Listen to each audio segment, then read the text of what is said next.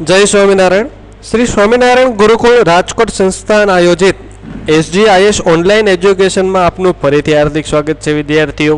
આજે આપણે ધોરણ 6માં વિષય હિન્દી એમાં આપણે આજે પાઠ 3 જોવાના છીએ. એ પાઠ 3નું નામ છે સમજદાર નન્હી, એટલે કે સમજદાર નાની. નાની કોણ? બતકનું એક બચ્ચું છે આ પાઠમાં, કે જેની ઉપર આખી વાર્તા છે. તો આ વાર્તાની સમજૂતી મેળવ્યા પહેલાં આપણે આ પેરેગ્રાફ વિશે આપણે થોડીક જાણીએ છીએ કે આ પાઠમાં જે શું કહેવામાં આવેલું છે એ સંક્ષિપ્તમાં તમને કહેવામાં આવેલું છે. તો પાઠની શરૂઆત કરીએ આ पैराग्राफनी. इस कहानी में व्यक्ति को किसी भी परिस्थिति में भलाई करने का अपना स्वभाव छोड़ना नहीं चाहिए. यह बात प्रस्तुत की गई है. हमारे समाज में कुछ लोगों का स्वभाव बुरा हो सकता है, लेकिन हमें अपना अच्छा स्वभाव नहीं छोड़ना चाहिए. तो આ પાઠમાં આપણે હવે થોડું ગુજરાતીમાં સમજીએ, પછી આપણે હિન્દીમાં પાઠ શરૂ કરવાના જ છીએ. આ પાઠમાં શું કહેવામાં આવેલું છે કે આપણો સારો સ્વભાવ કદી ન છોડવો. સમાજમાં ઘણા બધા એવા સ્વભાવના માણસો આપણને જોવા મળશે કે બહુ ખરાબ સ્વભાવ હશે. નાની નાની વાતમાં ચીડાઈ જવું એવા સ્વભાવવાળા માણસો હશે. પછી કોઈ પણ બાબતને ચોરી ચીકણી અને મોટી કરવી એવા સ્વભાવના પણ માણસો હશે. તો આપણે એનો સાથ ન પુરાવવો જોઈએ અને આપણે આપણો સારો સ્વભાવ બચાવી રાખવો જોઈએ. આગળ આ પાઠમાં જોઈએ તો આ બતક અને વીંછી આ દેખાય છે તમને ચિત્રમાં, તો એના ઉપર આખી વાર્તા છે.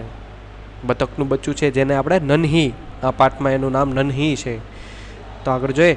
नन्ही बतख तट पर आई.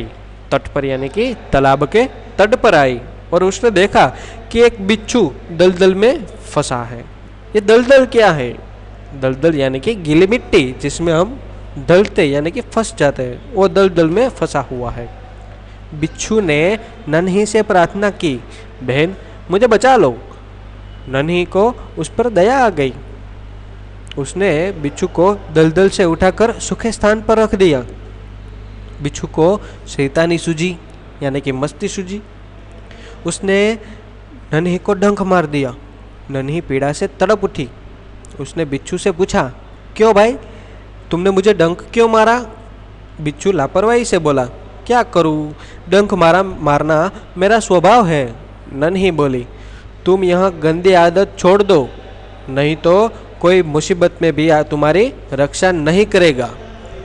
बिच्छू उसकी बात अनसुनी कर आगे बढ़ गया, यानी कि उसने वो बात सुनी नहीं और वो आगे चला गया. नन्ही अपनी माँ के पास नदी में चली गई. माँ ने पूछा, नन्ही बेटी तुम कहाँ रह गई थी, यानी कि तुम कहाँ गई थी? नन्ही बोली, माँ एक बिच्छू दलदल में फंस गया था, उसने बचाने में मुझे थोड़ी देर हो गई. माँ खुश होकर बोली, बेटी यह तुमने बहुत अच्छा काम किया है. नन्ही बोली, लेकिन बदले में उसने मुझे डंक मार दिया.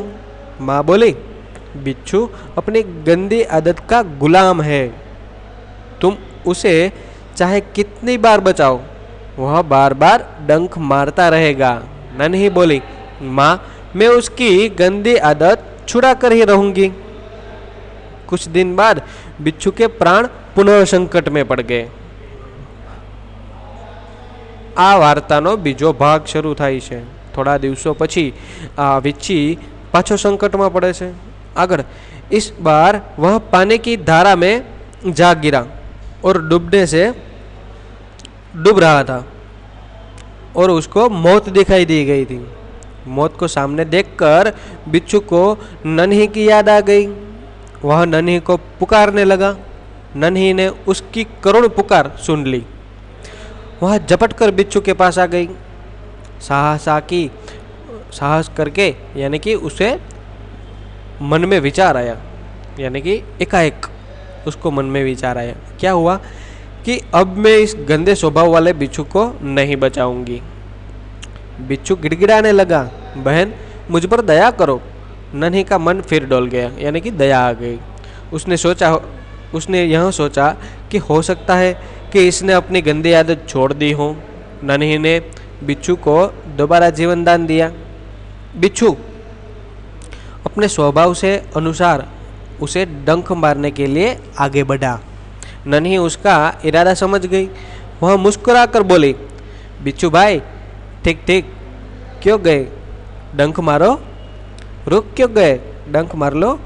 बिच्छू शर्म से पानी पानी हो गया। वह खिसिया कर बोला, यानी कि शर्मावीने बोले છે। खिसिया कर એટલે કે શરમાતો બોલો, बहन एक बात बताओ, मैंने सदा तुम्हारा साथ विश्वासघात किया। मैंने तुम्हारे साथ सदा यानी कि हर वक्त विश्वासघात किया, फिर भी तुमने मेरे साथ भलाई की, ऐसा क्यों? नन्ही बोली, भलाई करना मेरा स्वभाव है। मैं तुमसे बदला लेने के लिए अपनी अच्छी आदत क्यों छोड़ दूँ? मेरा काम बचाना है। मैं मुसीबत में पड़े को बार बार बचाती रहूँगी। तुम्हारा काम डंक मारना है, तुम मारते रहो, देखूंगी कौन जीतता है। बिच्छू को पछतावे से भर आया और बोला, नन्ही बहन आज तुम जीत गई। मैं वचन देता हूँ कि अब मैं किसी निर्दोष जीव को डंक नहीं मारूंगा। नन्ही खुश होकर नदी में चली गई।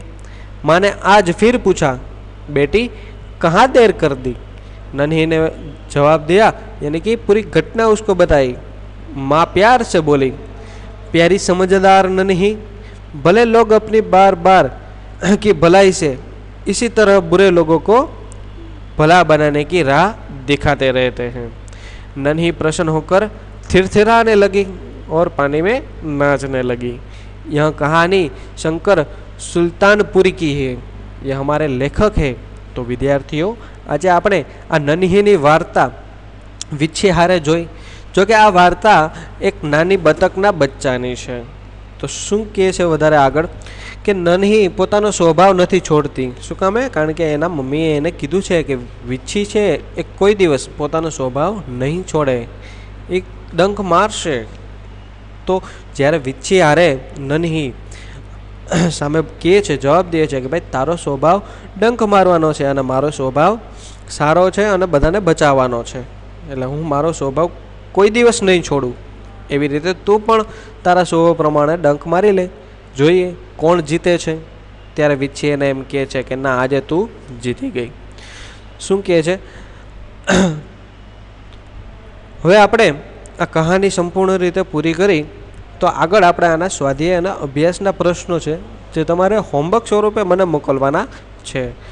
તો અભ્યાસમાં તમારે 5 પ્રશ્નો છે અને સ્વાધ્યાયમાં પણ તમારે 7 પ્રશ્નો છે જે તમારે મને હોમવર્કમાં મોકલવાના છે।